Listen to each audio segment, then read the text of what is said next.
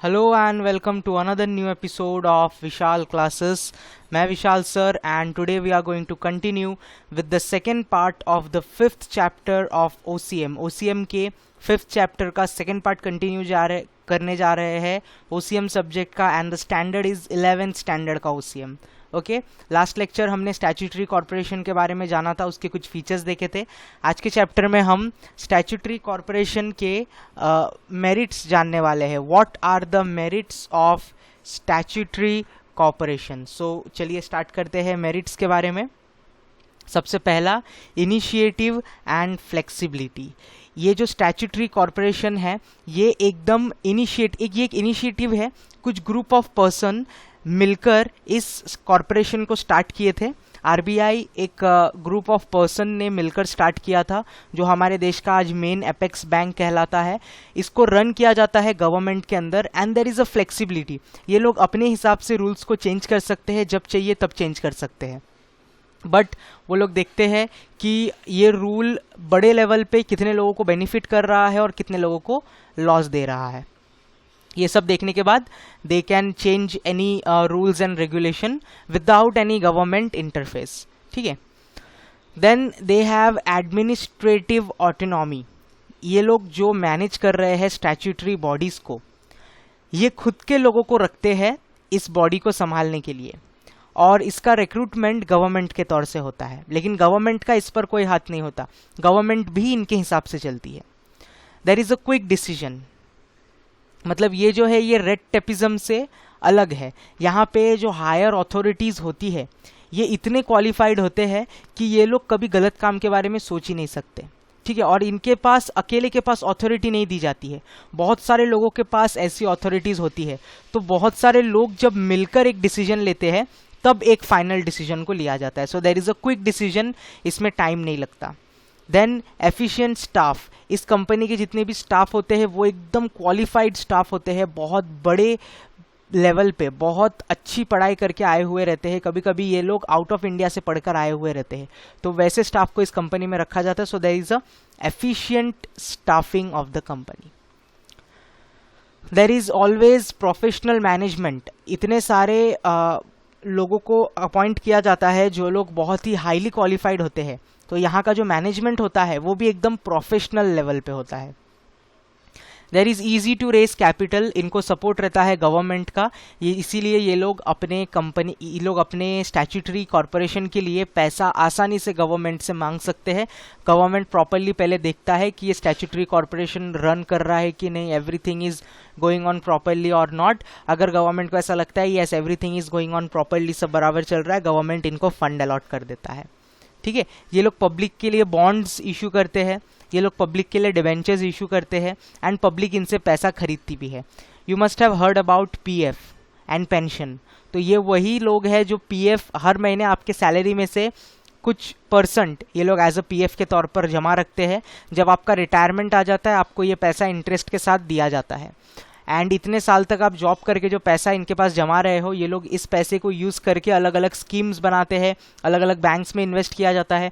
आप ही का पैसा किसी और को लोन के तौर पे मिल रहा है एंड उससे ज़्यादा इंटरेस्ट कलेक्ट किया जाता है एंड आपको भी at the end when you get retired अच्छा खासा इंटरेस्ट मिलता है. सो पीएफ स्कीम, पेंशन स्कीम्स, ये सब चीज़ें हैं जो ये लोग रेज करते हैं अपना कैपिटल इसके ज़रिए. इतनी सारी अच्छी चीज़ों के बाद भी इस कंपनी में कुछ डीमेरिट्स भी है. इसका कुछ डीमेरिट्स हम देखने जा रहे हैं. Demerits of statutory corporation. Autonomy on paper only. जितने भी काम होते हैं कभी भी मुंह पे बोलकर डिसीजन नहीं लिया जा सकता. We have to properly make papers बनाए जाते हैं, स्टैम्प पेपर्स बनाए जाते हैं, उस पर स्टैम्प लगता है, सिग्नेचर लगते हैं सबके, तब जाके कोई चीज़ रूल बनती है. हम लोग डायरेक्टली ऐसा नहीं कि चलो मैंने मुंह से बोल दिया किसी को फ़ोन पे एंड वो काम कर देगा, ऐसा नहीं. पेपर्स प्रोड्यूस करने पड़ते हैं. Lack of initiative. यहाँ पे भी प्रॉब्लम है कि आप जितना भी अच्छा काम कर लो you won't get extra payment for that. You will get the same payment as you are getting. बाकी लोग जो काम करके पैसा कमा रहे हैं आपको भी उतना ही पैसा मिलेगा उस लेवल पे. सो इनिशिएटिव नहीं होता. ठीक है. Rigid structure. इनका जो स्ट्रक्चर होता है कंपनी का ये एकदम फिक्स्ड होता है, रिजिड होता है. इसको किसी भी हालत में चेंज नहीं किया जा सकता. कैसा भी सिचुएशन देश में आ जाए कंपनी का सिचुएशन चेंज नहीं किया जा सकता. It's always rigid. Clashes among interest. अब गवर्नमेंट स्टाफ्स के इंटरेस्ट अलग अलग होते हैं, कोई स्टाफ का इंटरेस्ट अलग होता है, कोई और स्टाफ का इंटरेस्ट अलग होता है, एंड जब उनके बीच में ये इंटरेस्ट मैच नहीं करते तो उनके बीच में झगड़े होते हैं। ये एक बहुत बड़ा डीमेरिट है।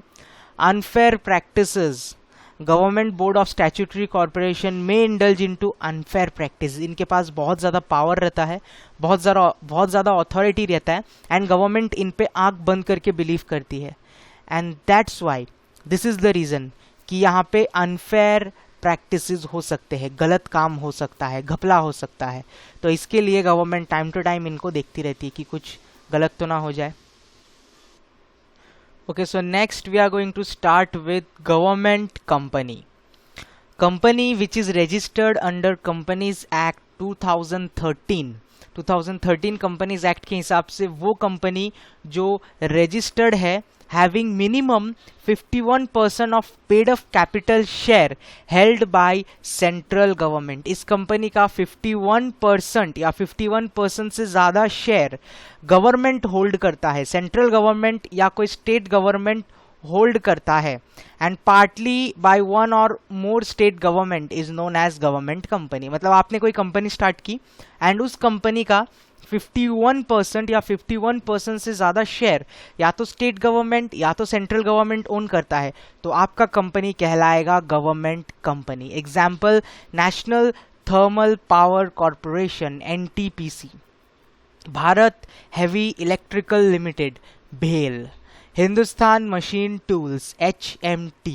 ओके, सो ये कुछ कंपनीज है जो एक प्राइवेट इंसान ने स्टार्ट किया था, बट एट द एंड 50 या 51% से ज़्यादा शेयर जो है वो गवर्नमेंट ने परचेस कर लिया है। The share of government company are purchased in time of president of India और in the name of governor of the state. इसको परचेस किया जाता है in the name of president of India, India के president के नाम पे इन shares को परचेस किया जाता है, या फिर उस स्टेट का जो गवर्नर है उसके नाम पे इन शेयर्स को परचेस किया जाता है। ओके, सो इसके कुछ इंपॉर्टेंट कॉन्सेप्ट्स है जो हमें जानने होंगे। In government company annual report and audit report are laid for presented before the parliament in case of state of company. Such reports are presented before state legislature. मतलब जितनी भी गवर्नमेंट कंपनीज होती है इनका जो भी अकाउंट्स का किताब होता है, जो भी इनका अकाउंट्स का सब काम होता है, ये सारा सब कुछ बनाया जाता है और प्रेजेंट किया जाता है लेजिस्लेचर के सामने।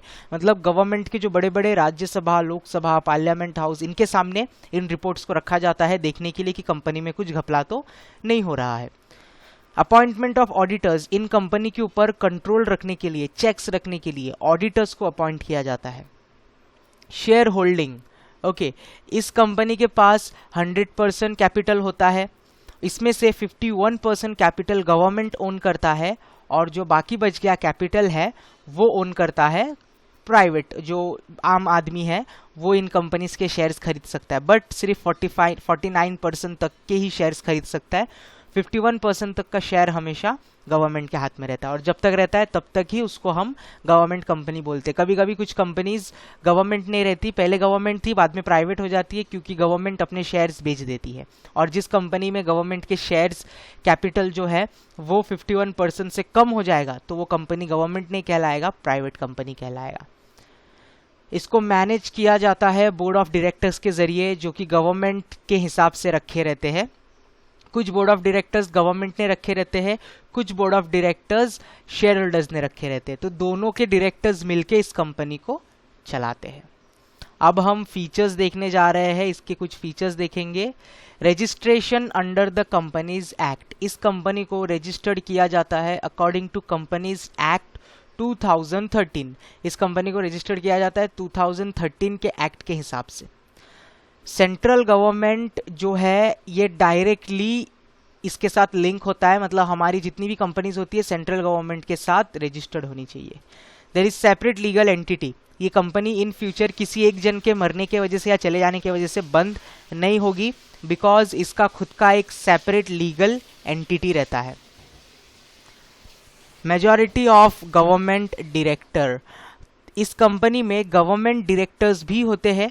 इस कंपनी में अगर 5 डायरेक्टर है तो 3 डायरेक्टर गवर्नमेंट अपॉइंट करेगा और जो बाकी 2 डायरेक्टर है प्राइवेट जो शेयर होल्डर्स है वो अपॉइंट करेंगे। ओन स्टाफ, इस कंपनी में गवर्नमेंट के खुद के स्टाफ्स अपॉइंट किए जाते हैं। Employees are not concern by civil service rule, but इनका जो रूल होता है वो बाकी गवर्नमेंट स्टाफ से अलग होता है। इनको हम गवर्नमेंट एम्प्लॉय बोल तो सकते हैं, बट इनमें बहुत सारा डिफरेंस रहता है। जो बाकी हमने ऊपर स्टैट्यूटरी बॉडी देखा और डिपार्टमेंटल ऑर्गेनाइजेशन देखा, वो लोग का जो स्कीम है, सैलरी स्कीम, पीएफ स्कीम या एवरीथिंग जो स्कीम है, वो ये गवर्नमेंट एम्प्लॉयज से अलग है। Free from procedural control, free from procedural control मतलब इन कंपनीज को बजट नहीं संभालता, मतलब हमारे देश का बजट इन कंपनीज को नहीं संभालता है। अकाउंटिंग, ऑडिट, ये सारी चीजें गवर्नमेंट करता तो है, बट बजट एंड एवरीथिंग ये कंपनी को नहीं मिलता है। ये कंपनी अपने हिसाब से जितना चाहिए उतना कैपिटल रेज कर सकती है लोगों से और उस कैपिटल को यूज करके प्रॉफिट कमा सकती है। Then we have some of the merit. सबसे पहला मेरिट जो है, it's very easy to form. ऐसी कंपनी स्टार्ट करना बहुत इजी होता है, गवर्नमेंट कंपनीज को स्टार्ट करना बहुत इजी होता है। इंटरनल ऑटोनॉमी, इंटरनल ऑटोनॉमी मतलब सारा जो भी फैसला, जो भी बातचीत की जाती है वो हमेशा इंटरनली की जाती है, बाहर लोगों तक ये बात नहीं पहुंचती। That's why there is maintenance of secrecy. Day to day जो भी काम हो रहा है इंटरनल अथॉरिटी जो है उसको संभालती है। जो उस कंपनी में जो मेन हायर लेवल पे है वो सारा सब काम धाम देखता है एंड बाहर किसी तक ये बात नहीं पहुंचती। कंपनी के वीकनेस एंड एवरीथिंग कंपनी तक ही सीमित रहती है। ईजी टू अल्टर, हम कभी भी इन कंपनीज के रूल्स में चेंजेस ला सकते हैं। कभी भी हम इसका लोकेशन चेंज कर सकते हैं, हम प्रोडक्ट का लाइन चेंज कर सकते हैं, दूसरे प्रोडक्ट्स बना सकते हैं। So it's very easy to alter. Discipline, proper तरीके से proper dressing, proper timing and rules and regulation, ये सारी चीज़ों को प्रॉपरली रखा जाता है according to government. That's why there is a maintenance of discipline. Professional management यहाँ पे भी प्रैक्टिस किया जाता है, बिकॉज जो लोग यहाँ पे काम करने आते हैं उनके पास बहुत सारा नॉलेज होता है, गवर्नमेंट का बहुत सारा अथॉरिटी एंड नॉलेज होता है। पब्लिक अकाउंटेबिलिटी, ये लोग जो भी काम करते हैं इसको ऑफिशियली रिलीज किया जाता है, न्यूज़पेपर्स में इसके अकाउंट्स को रिलीज किया जाता है, लेजिस्लेचर के सामने इनका अकाउंट्स रखा जाता है, ऑडिटिंग एवरीथिंग होता है, तो बीच में घपले होने के चांसेस नहीं रहते हैं। But there are some demerits.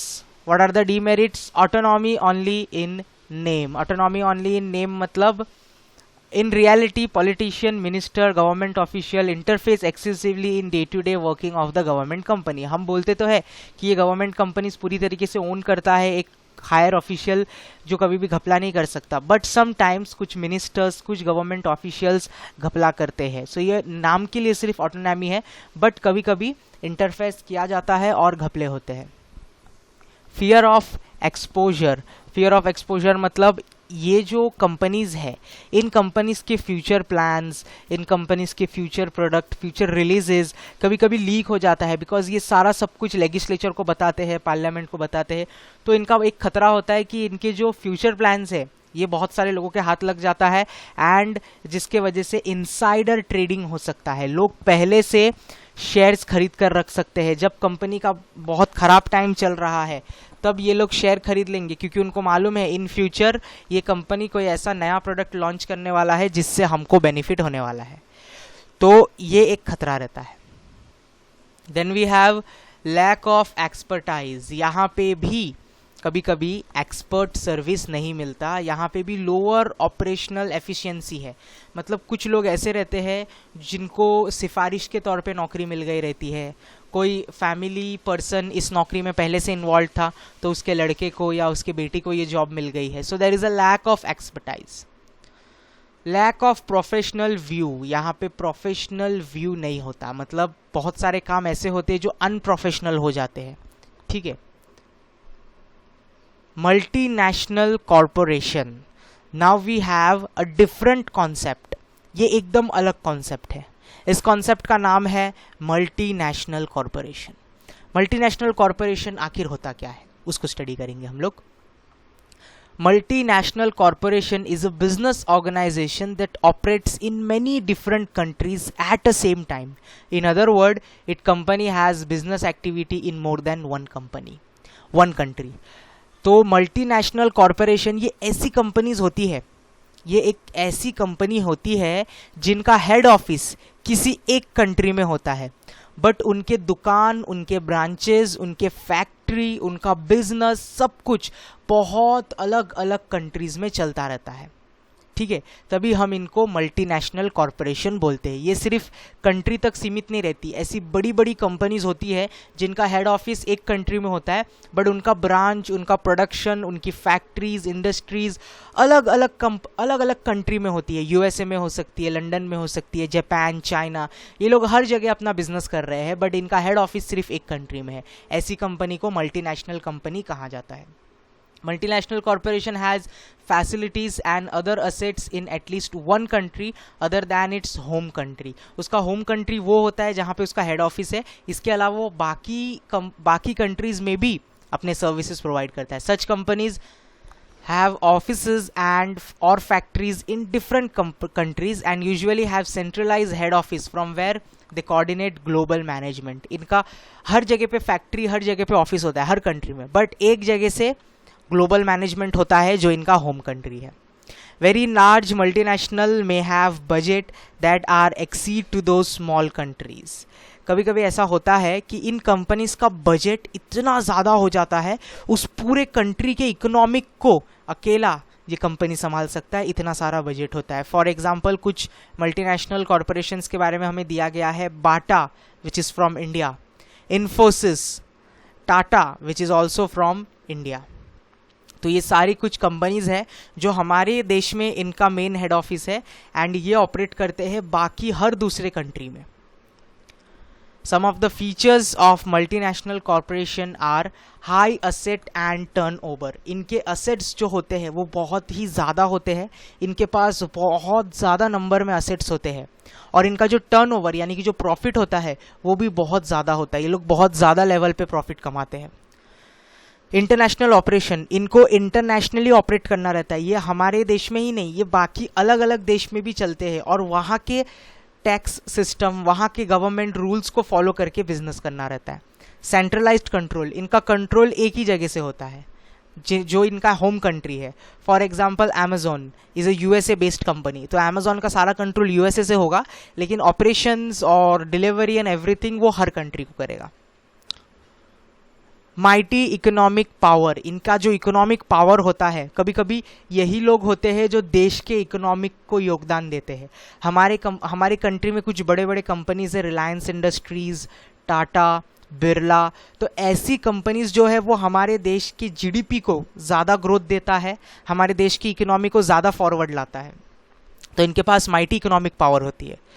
Advanced and sophisticated technology, ऐसी कंपनीज जो टेक्नोलॉजी यूज़ करते हैं वो बहुत ही ज़्यादा एडवांस होता है, अपने समय से आगे की टेक्नोलॉजी ये लोग यूज़ करते हैं। इनके पास ऐसा असेंबली लाइन होता है, ऐसा फैक्ट्री होता है जहाँ पे मिनिमम वर्कर के साथ लार्ज प्रोडक्शन किया जा सकता है, बिकॉज इनकी टेक्नोलॉजी ऐसी होती है। Then there is professional management. ऐसी कंपनी में हमेशा 100% प्रोफेशनलिज्म मेंटेन किया जाता है, बिकॉज MBA किए हुए जो लोग होते हैं या जो हायर स्टडीज़ अलग अलग बड़े बड़े इंस्टीट्यूट से हायर स्टडीज़ कंप्लीट किए हैं, वहाँ से ये कंपनीज रिक्रूटमेंट करते हैं बच्चों को, तो इसीलिए यहाँ पर प्रोफेशनल मैनेजमेंट देखा जा सकता है। Now we will do some of the merits. देखते हैं आगे कितना है, मेरिट्स है और फिर डीमेरिट्स है, and then we will finish the chapter. तो इस वीडियो में इसको फिनिश कर देंगे, तो ये चैप्टर 2 पार्ट में हमारा कवर हो जाएगा। ओके, सो हम लोग मेरिट्स देख लेते हैं। There is employment generation. ये जब बड़ी बड़ी कंपनीज खुलती है, मल्टीनेशनल कंपनीज जब खुलती है, तो ये लोग बहुत सारे लोगों को एम्प्लॉयमेंट प्रोवाइड करती है, जॉब प्रोवाइड करती है, तो देश का अनएम्प्लॉयमेंट का जो प्रॉब्लम है वो सॉल्व होता है। ये सिर्फ हमारे देश के लोगों को ही एम्प्लॉयमेंट नहीं दे रहे हैं, जिस कंट्री में ये जाके बिजनेस कर रहे हैं वहाँ के लोगों को भी एम्प्लॉयमेंट जनरेट करवा के दे रहे हैं। Then inflow of foreign capital. अब ये जो कंपनीज है ये दूसरी कंट्री में ऑपरेट हो रहे हैं। फॉर एग्जाम्पल बाटा, हमारी कंट्री का है but it's still operating in USA. तो यूएसए में जब वो कोई सेल करता है तो प्रोडक्ट हमारे देश का है जो बिक रहा है यूएसए में, और यूएसए का जो इनकम है वो इंडिया में आ रहा है। तो फॉरेन कैपिटल हमारी कंट्री में आने लगता है, which is a good thing. Proper use of idle resources, proper use of idle resources, बहुत सारे हमारे अर्थ पे रिसोर्सेज हैं जो ऐसे ही पड़े हुए हैं, बट जब ऐसी कंपनीज ओपन होती है एमएनसी, वो लोग इन रिसोर्सेज को यूज़ करके कुछ ना कुछ प्रोड्यूस करते हैं और हर कंट्री को सेल करते हैं, और हर कंट्री इसका यूज़ कर सकता है। और जब ऐसे रिसोर्सेज को यूज़ किया जाता है तब हमारी कंट्री का नेशनल इनकम और जीडीपी बहुत ज़्यादा बढ़ जाता है।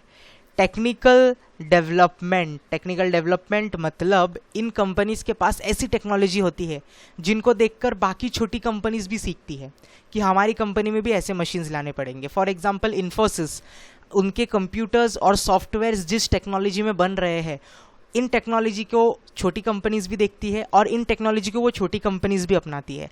And this way our country does technological development. And हमारे कुछ ऐसे बिजनेसेस हैं या फिर दूसरे देश के कुछ ऐसे बिजनेस होते हैं जो कि बहुत ही हाईली डेवलप्ड होते हैं। जैसे हमने कभी सोचा नहीं था that we can order a product online, but Amazon जब से इंडिया में आया है, people have started buying online. पहले लोगों को विश्वास नहीं था ऑनलाइन कैसा होगा, नहीं होगा, बट नाउ लोगों को ज़्यादा कॉन्फिडेंस हो चुका है ऑनलाइन बाइंग में देन फिजिकल बाइंग में। फिजिकल बाइंग में लोगों को महंगा मिलता है प्रोडक्ट एंड अपने हिसाब से चॉइसेस नहीं मिलते हैं, but in online we have different choices and we can purchase that item it very low cost. तो ऑनलाइन परचेज बहुत ज़्यादा हो गया है and this is the example of technical development. Then we have marginal development. What is marginal development?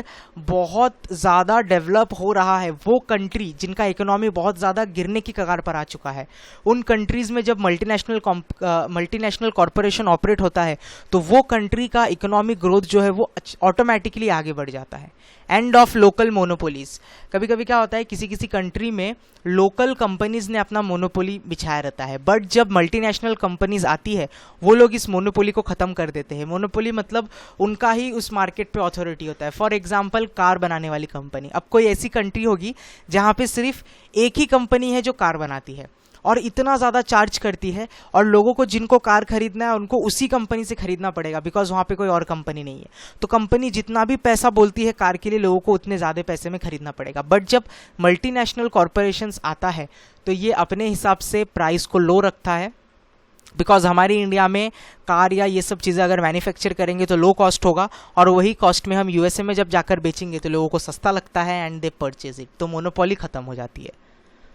Improve in standard of living, जब जब multinational companies बनती है लोगों को जॉब मिलता है, रास्ते अच्छे बनने लगते हैं, इलेक्ट्रिसिटी फैसिलिटी सुधर जाती है and there is improvement in the standard of living.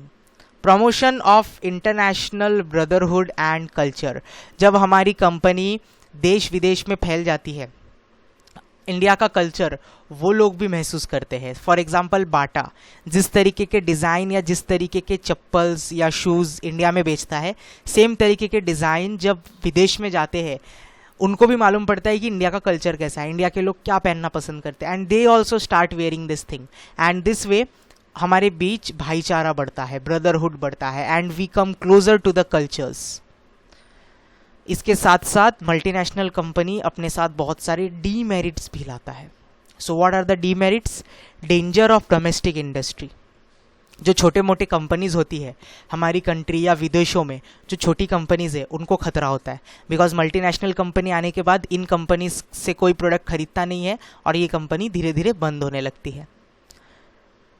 रिपाट्रिएशन of profit, रिपाट्रिएशन of profit मतलब क्या होता है?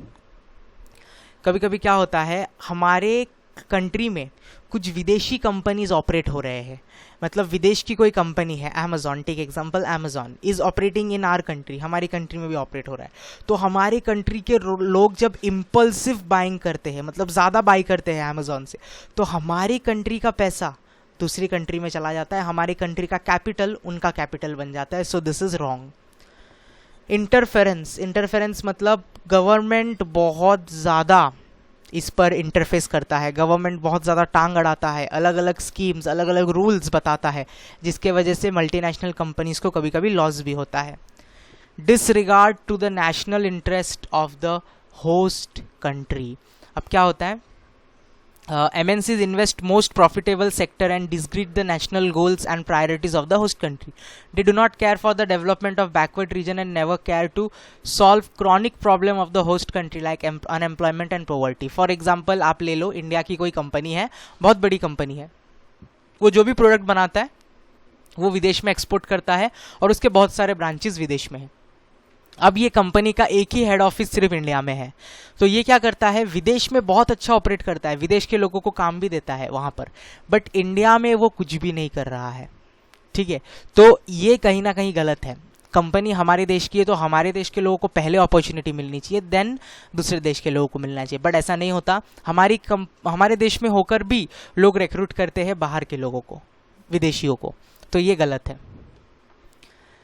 Misuse of mighty status. कभी कभी ये जो MNCs है इनके पास इतना ज़्यादा इकोनॉमिकल पावर होता है कि ये अपने पावर का गलत यूज़ भी कर सकते हैं, लोगों को बेवकूफ़ बनाकर अच्छा खासा प्रॉफिट कमाकर देश को नुकसान भी पहुंचा सकते हैं.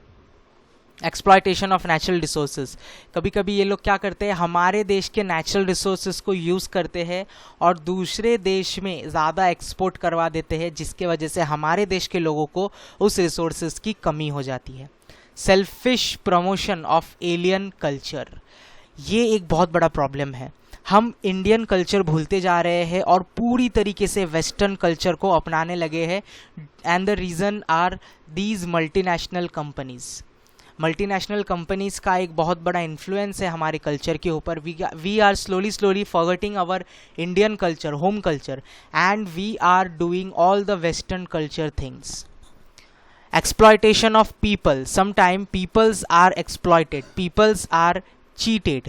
कभी कभी मल्टीनेशनल कंपनीज चीटिंग प्रैक्टिस करती है. ये ऐसी तरीके का ऐड बनाती है या ऐसे तरीके के प्रोडक्ट्स बनाती है जो दिखने में बहुत अच्छा है, सस्ता है, बट वो कहीं ना कहीं लोगों को हार्म पहुंचा रहा है, जिसके बारे में कंपनी इसका कोई डिस्क्लेमर या कोई भी इसका जो नुकसान है इसके बारे में लोगों को बताया नहीं जाता है. और ये लोग कभी कभी मोनोपोली भी क्रिएट कर लेते हैं. मतलब इन लोगों का दबदबा इतना ज़्यादा हो जाता है कि इन्हीं लोगों के पास से आपको प्रोडक्ट परचेस करना पड़ता है कंपलसरी, और पुअर पीपल को ये अफेक्ट करते हैं. जो पुअर पीपल है उनको कहीं और से ये सामान मिलता नहीं है, तो उनको ज़बरदस्ती ज़्यादा प्राइस से इन सब जगहों से ख़रीदना पड़ता है. सो कहीं ना कहीं मल्टीनेशनल कॉरपोरेशन के भी कुछ डीमेरिट्स है एज वेल एज मेरिट और फीचर. तो हमने पूरा चैप्टर जो है ख़त्म कर दिया है. Now there are distinguish between. आप ऑटोमेटिकली मैंने जितना पढ़ाया है उसके हिसाब से इन पॉइंट्स को पढ़ सकते हो और आपको समझ में भी आ जाएगा. वेरी सिंपल है. जो भी हमने ऊपर टॉपिक कवर किया है उन्हीं पॉइंट्स को यूज़ करके इन डिस्टिंग्विश को बनाया गया है. Distinguish are very important for the exam. Okay students, so I hope आपको लेक्चर समझ में आ गया होगा. एंड आज हमने ये 5th चैप्टर OCM का कंप्लीट कर लिया है. नेक्स्ट टाइम मैं इकोनॉमिक्स का 7th चैप्टर का पार्ट 2 बनाऊंगा, तो वो वीडियो भी ज़रूर देख लेना. Enjoy online lectures bye sitting at home. इतना प्रॉपर, इतना बेटर वे में लेक्चर शायद ही कोई दूसरा क्लासेस आपको इस वक्त प्रोवाइड कर रहा होगा, जिस क्वालिटी, जिस लेवल पे मैं प्रोवाइड कर रहा हूँ. ओके स्टूडेंट्स, तो जुड़े रहना ऑनलाइन लेक्चर के साथ. जब हमारा फिजिकल क्लास स्टार्ट होगा आपको इन्फॉर्म किया जाएगा पर्सनली मैसेज करके. आपका होमवर्क यही रहेगा कि जितना भी टॉपिक हमारा कंप्लीट हो रहा है online, you have to revise and learn all the topics carefully. जब हमारा फिजिकल क्लास स्टार्ट होगा उसका टेस्ट लिया जाएगा. Thank you students for attending the online lecture. Will meet in next episode with another new lecture.